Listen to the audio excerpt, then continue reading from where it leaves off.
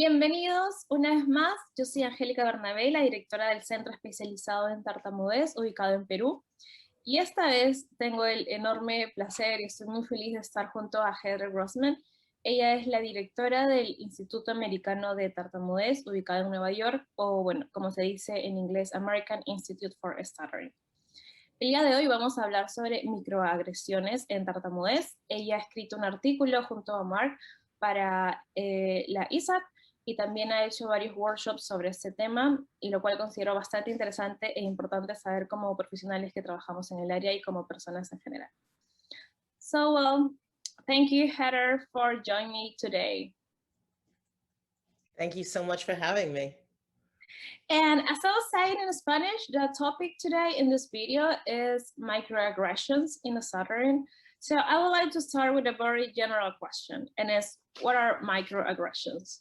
Okay, so I did bring up a formal definition for us to start from there, just so people can have a baseline here. So technically, it's considered a statement, an action, or an incident that can be regarded as indirect, subtle, or even unintentional form of discrimination against members of a marginalized group. So basically, it's differential treatment or speech directed at someone that would be considered in a marginalized group. And we would, in this case, consider stuttering indeed a marginalized group, because there often is, you know, a great deal of misdirected intention at people who stutter.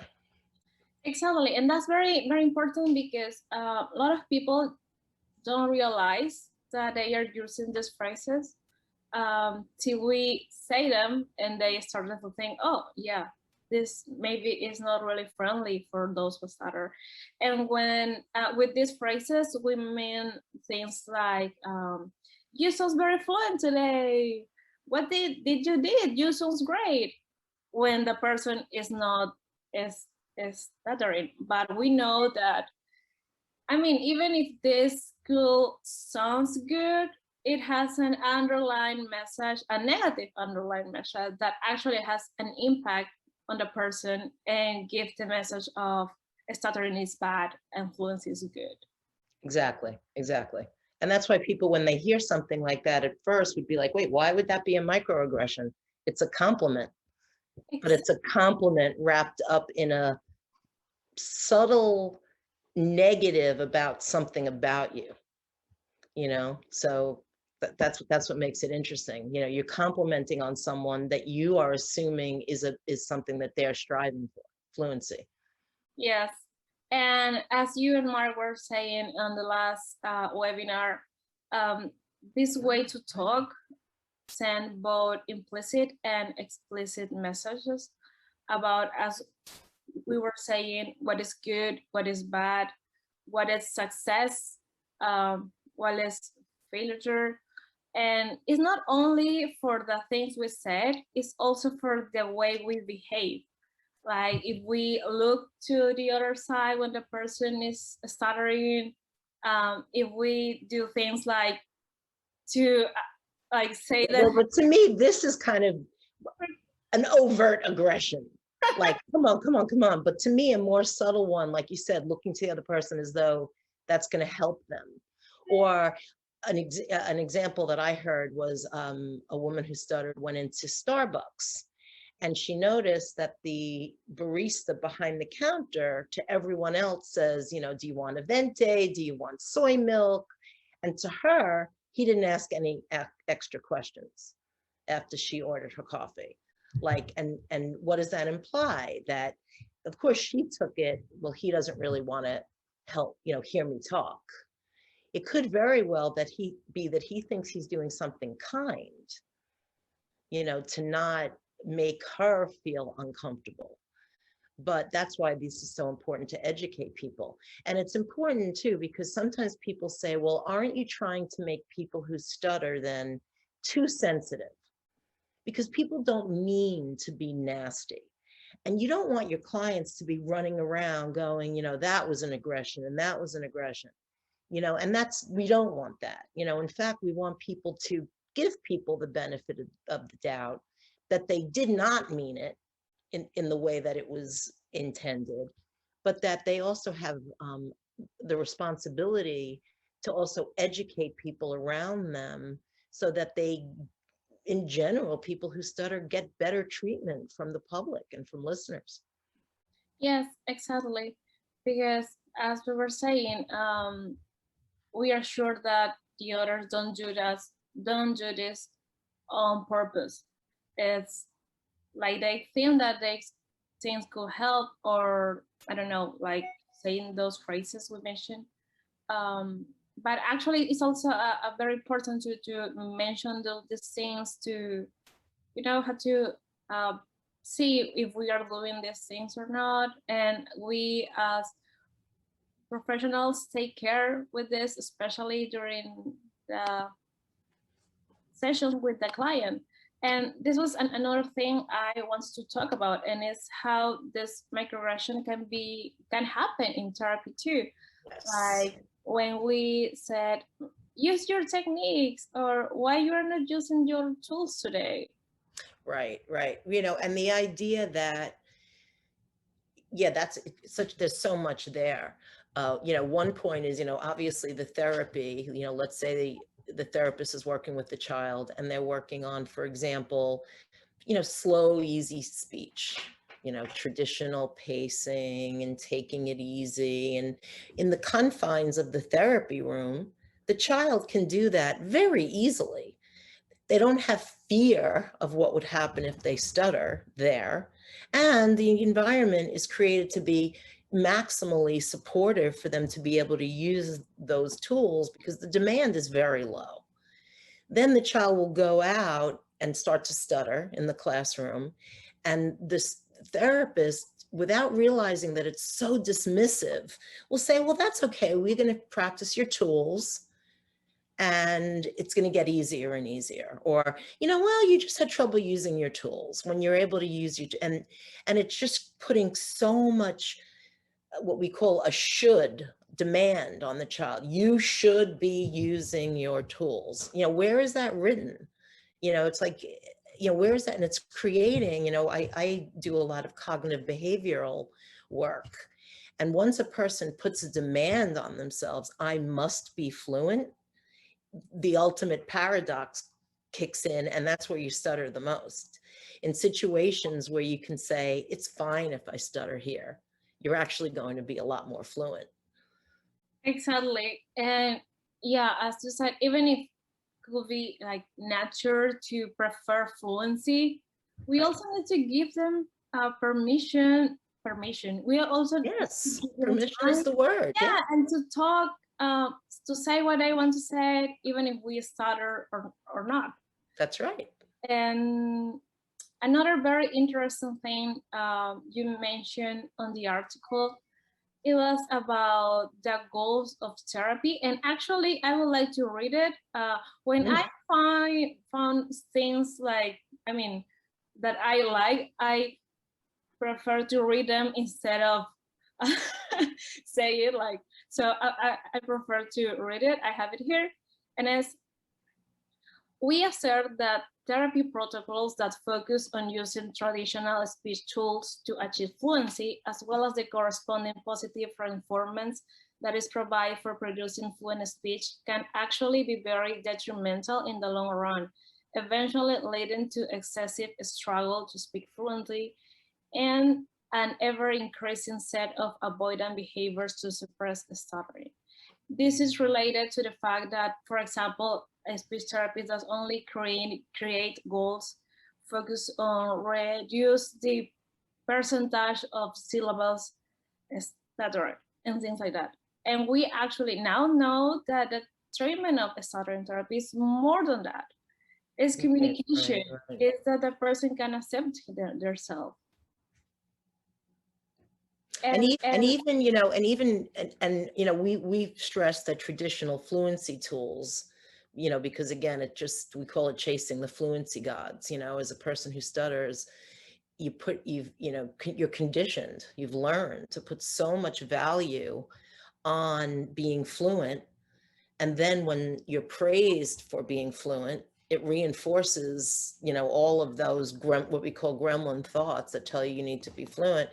But what we find is sometimes even stuttering modification tools can sometimes create a negative struggle pattern as well.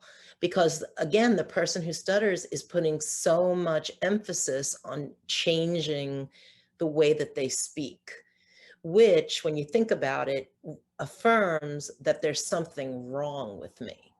I'm defective. I'm not doing something correctly. So, you know, that's sort of the old school way of thinking about stuttering, is that the person has developed a pattern of speaking that is incorrect and abnormal.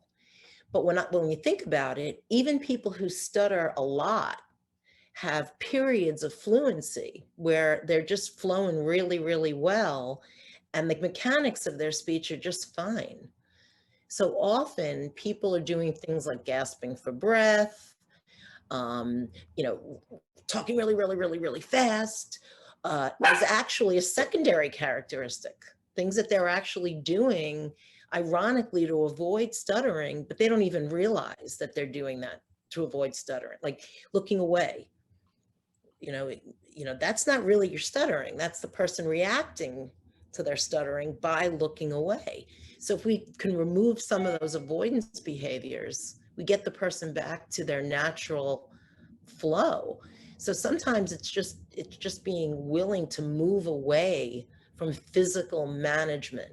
You know, we still do physical techniques, but frankly, it's more, the physical techniques are more about learning to stutter well. Learning to stutter like without a lot of extra activity and a lot of secondary and without recoil. You know, like, you know, I like to think about, you're on a horse and you see a snake, but you just keep on going without going like this on the reins. Yeah, yeah. And this, I mean, this started a lot with speech therapies or the psychologist or whomever who is working with that person. And it's, I mean, demand this fluency to our client, like high levels of fluency can be, as you said, can have negative consequences. And as you were saying, could increase anxiety, more avoidance behaviors, more struggle, and actually all the opposite that we want. Right, exactly.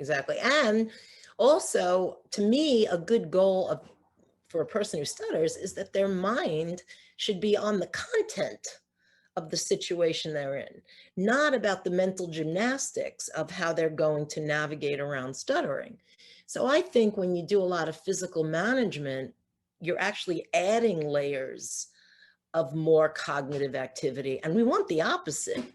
We want you to think less about, you know, the sound and the word and how to pronounce it. You know, the idea is your body knows what to do. Let's just like let it get back to what it knows how to do. And then if a stutter happens, you can be desensitized to the point where your body doesn't go into a fear state, and you'll be able to eventually move through that stutter without it being that big of a deal, hopefully. Exactly. This reminds me a lot of this definition of stuttering from the person who stuttered, that this lot of this feel of loss of control while talking, and how it's important to work on that fear, on that sensation of a lot of control. That's right. And it's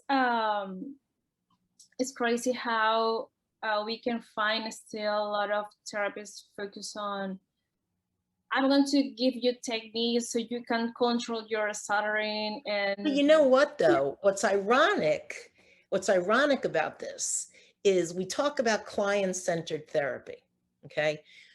99 clients out of 100 come and want fluency. Yeah. So the therapist gives the client what they want. And that, to me, is an improper model, because left to their own devices, all people who stutter, I believe, at some point experience at least a short journey where they're trying to be fluent. Yeah. You know, as my good friend Sarah McIntyre says, she's a person who stutters. They're going to keep on going till they fought the good fight, and they don't want to fight it anymore.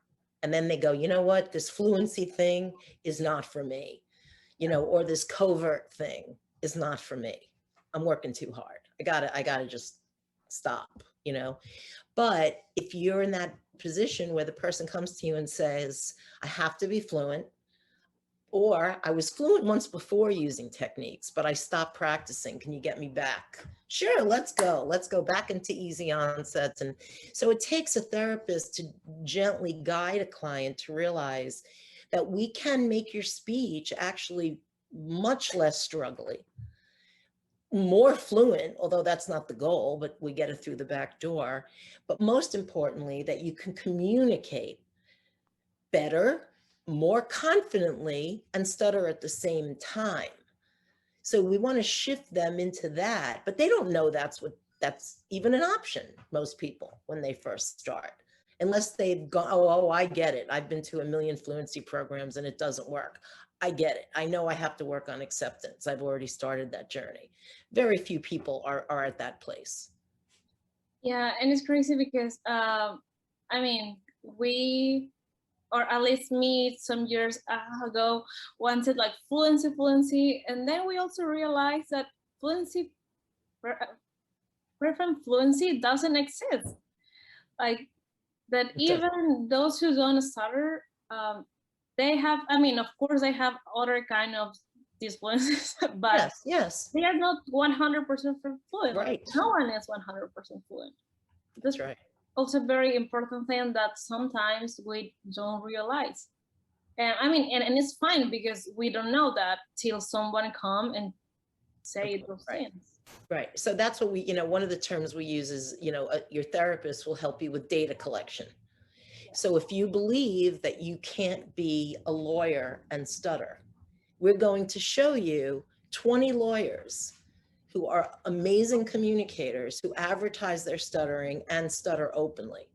And then the mind starts to shift and you start to go, oh, wait a minute, maybe that is possible. You know, oh, I heard somebody told me that by stuttering openly out loud, they got to the point where they didn't care anymore. They just didn't care. And when they stopped caring, speech just got a lot easier. You hear enough people say that who you relate to as a peer, it starts to change your mindset. So that's a big part of therapy, you know, is, you know, learning that some of your preconceived notions about yourself and your speech could be a little bit off. You know, you can date and get a job and be a happy person and make that best man speech and still be a person who stutters. A big example of that is the president of the USA is like, okay, if you want, you can be a president someday too. That's right. That's right. That's right. And to what we were talking about before about, you know, the therapy, I think it's important that parents, you know, get educated about this too, because often therapists create almost like an adversarial relationship between the child who stutters and their parents, because the therapist is working on these tools, the homework is tools, the mark of success is using the tools, which means being fluent. So the parent might think that saying something like, oh, you're doing such a great job using your tools because they heard fluency. And often the child wasn't even using tools. They were just comfortable. But the parent is praising them, which sends this weird message of, but I wasn't using tools. And how about, why didn't you praise me when I told you that amazing story and I was stuttering? You know, a better praise would be, wow, what a hysterical story. That was amazing. And just comment on the content and how funny it was, and not, you know, oh, I noticed you're stuttering a lot today. Gee, thanks. And this is very important now that you mentioned that, because sometimes, yeah, we work only with a child, but we also need to educate the parents too. That's something very, very important. Like, not even two. I think sometimes educating the parent is more important. than Exactly. educating the child, definitely. Because the child will sometimes get some sort of level of support, or they want to be fluent, but they realize in their little body, they can't use, they're barely, able to, do school, on top. They're also going to have to they're worried about enough things, and then the parents pile it on and they think they're trying to be, they are being helpful. They're trying so hard to give their child the best. And it's hard because there is a lot of contradictory information out there. Luckily, the tides are changing a little bit too. Like in the old days, the therapy that was based on what we call verbal contingencies. The parent saying to the young child, commenting, "Oh, that was very smooth. Good job. Wow, no bumps at all. Great job." And after a bunch of those saying, "That one was a little bumpy. Do you want to try it again?" And that was always considered effective because it wasn't asking the child to directly change their speech. Now we see that the researchers are starting to call into question the effectiveness of those verbal contingencies. And we're luckily finding that methods that help the parent do modifications to the environment, better communication, supporting the child by talking openly about talking openly about stuttering, helping the child self-advocate, and educating the parent on the potential trajectory of the 20% of the children who don't recover and what that's going to look like and how parents should support them. That's really the movement that we're seeing now in the United States a lot more, which is great. Yeah, well, here in Peru, things come a bit later, but it's great that we can share these things for this through these videos, because yeah, it's could be negative too when we celebrate fluency, and then when we see that a child is not going to stop stuttering, then we said, okay, you need to accept yourself. It's like contradictory too. Right, exactly. Yeah. And that's why I think it's also important that we don't give children role models who are people who always talk about recovering from stuttering, but letting them see adults who are vulnerable and willing to be vulnerable to say, I still stutter sometimes. Yeah. Emily Blunt, an actress in the United States who's in London, worldwide, is someone that supports our organization.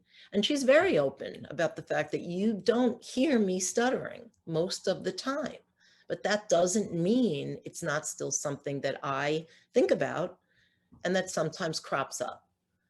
Yes, that's something, I don't know who was the author of that part of the book, Stammering Pride and Prejudice, that also mentioned that a lot, like how we are giving role models that, yeah, they're famous, but you don't hear them stutter anymore, and actually don't talking about stuttering, like if that never happened to them, and how it's important to give role models of successful people, but that continue stuttering. So, work on the message too, than the message we are giving.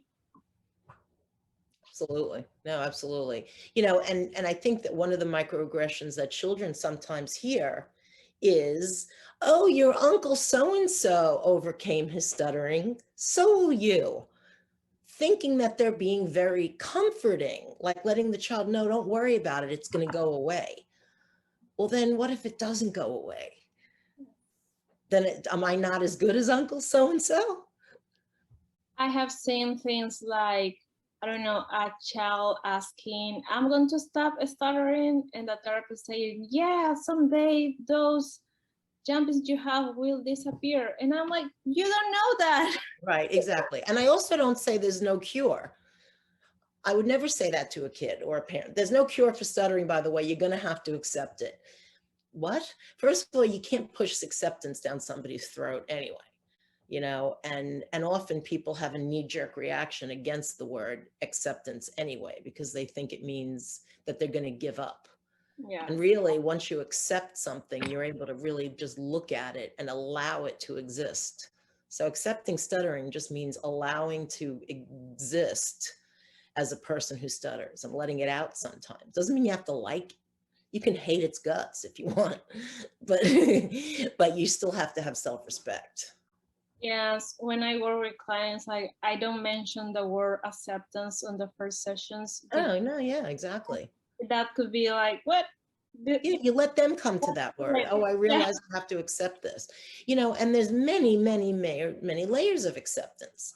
Some people will stutter outwardly, but not self-disclose. Other people will self-disclose, I'm a person who stutters, but they won't let anybody hear them stutter because they're not comfortable enough. Thank you so much, Heather. Oh, you're so welcome. This is a great conversation. I love speaking with you. Yeah, thank you so much for accepting my invitation. I think this is going to be very useful for the speech therapists in South America. So thank you one more time for this. Thank you. And thank you for having patience with my little dog. Y muchas gracias a ustedes por haber visto este video. Nuevamente, como siempre decimos, hay que tener mucho cuidado con la forma en la que hablamos sobre tartamudez. Ahora sabemos un poco más de las microagresiones y es importante tener esto en cuenta también. Los invito a ver otros videos en este canal de YouTube, que bueno, van a encontrar muchos otros videos componentes mundiales bastante reconocidos. Así que gracias y ya será hasta la próxima.